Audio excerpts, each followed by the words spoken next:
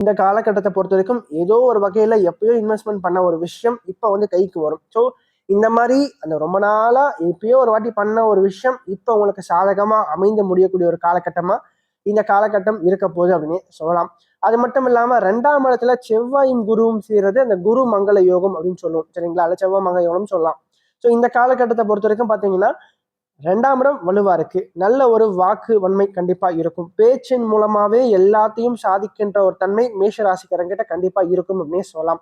நல்ல ஒரு வார்த்தை ஜாலம் அதிகமா கொண்டவங்களா நீங்க இருப்பீங்க. அதே மாதிரி குடும்பத்துல இது நாள் வரைக்கும் இருந்த பிரச்சனைகள், குழப்பங்கள், மனஸ்தாபங்கள் அனைத்தும் வந்து ஓரளவுக்கு சரியாகக்கூடிய ஒரு காலகட்டமா தான் இந்த காலகட்டம் மேஷ ராசிக்காரங்களை பொறுத்த வரைக்கும் இருக்க போகுது அப்படின்னு சொல்லலாம்.